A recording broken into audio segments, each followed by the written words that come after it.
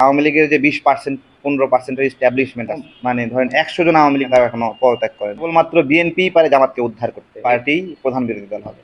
দেখেন, জামাতের যারা অনুসারী, জামাতের নেতাকর্মী, এরা এখনো আত্মবিশ্বাস পাচ্ছে না যে জামাত ক্ষমতায় যাবে, যে কারণে এখনো এরা নিজেদের পরিচয় প্রকাশ করেনি। সবাই ঢাকা বিশ্ববিদ্যালয়ের হলগুলোতে দেখেন, ওরা এখনো যারা শিবির আছে নিজেদের পরিচয় প্রকাশ করে না, এখনো করে না।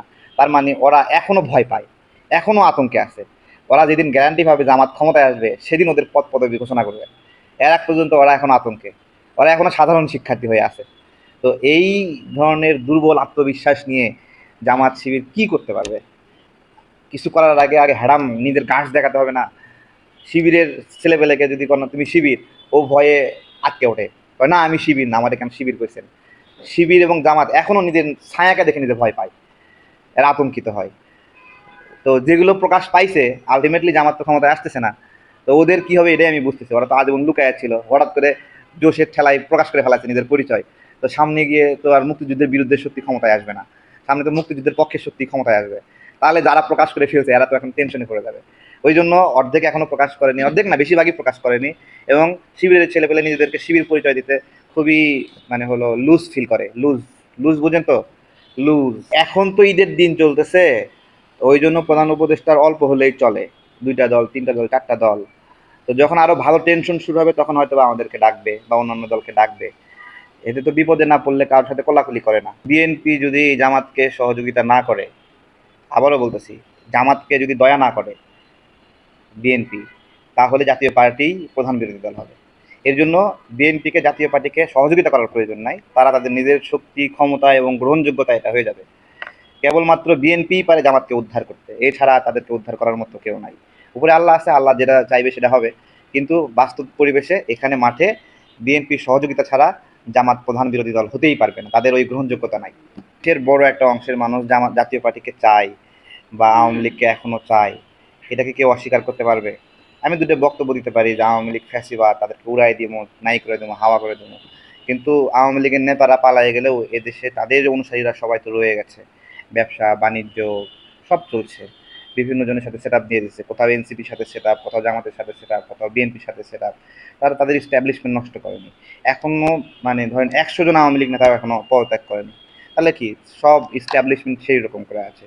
তার মানে কি তাদের পলিটিক্যাল স্ট্যাবলিশমেন্ট ওইরকম যদি থাকে, জনগণ যদি তাদের সঙ্গে থাকে, তাহলে মানে হলো গায়ের জোরে কেউ 8% ভোট 9% করতে পারবে, 10% করতে পারবে। কিন্তু আওয়ামী লীগের যে 20% 15%-এর স্ট্যাবলিশমেন্ট আছে, জাতীয় পার্টির যে 2-3% স্ট্যাবলিশমেন্ট আছে, এই 2-3% 15-20% এই 20% স্ট্যাবলিশমেন্ট কোনো একদিকে মোড় দেবে। এই জন্যই বলতেছিলাম যে বিএনপি যদি আপনার হলো ধর তক্তা মারো পেরেক স্টাইলে জামাতকে উপকার করতে চায়, তাহলে জামাত কিছু একটা করতে পারবে, এছাড়া জামাতের হ্যাডাম নাই কিছু করার। জামাত শিবির কখনোই তাদের ভুল স্বীকার করতে চায় না।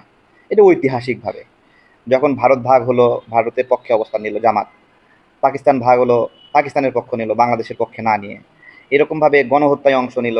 তারা কখনো স্বীকার করে না এবং ক্ষমা চায় না।